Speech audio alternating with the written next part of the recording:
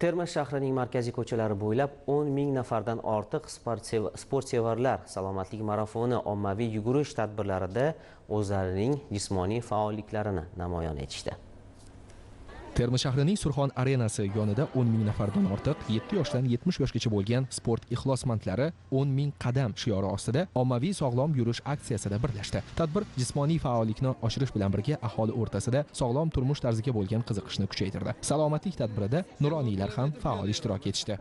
Qancha ko'ybursangiz sog'liq uchun ertaga davleningiz bo'lmaydi, oyoq og'rig'i, bo'g'inlar og'rig'i bo'lmaydi.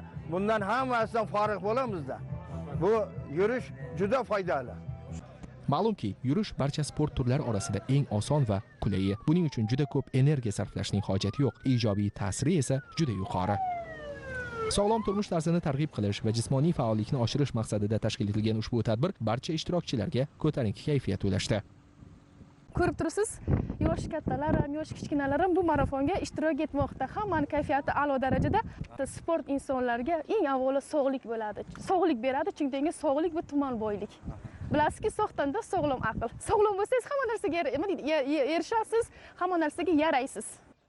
Marafon qatnashchilari 10 ming qadam yurib, sog'lom turmush tarzini targ'ib qilish, jismoniy faollikni oshirish va jamoatchilik o'rtasida salomatlik madaniyatini yuksaltirishga o'z hissalarini qo'shdi. Mazkur sog'lomlashtirish tadbirlari 30-iyunga qadar davom etadi. Bir oy davomida viloyat markazida nazariy va amaliy tarzda keng ko'lamli sog'lomlashtirish tadbirlari o'tkazilishi, ularga bolalar, xotin-qizlar, keksalar qamrab olinishi ko'zda tutilgan.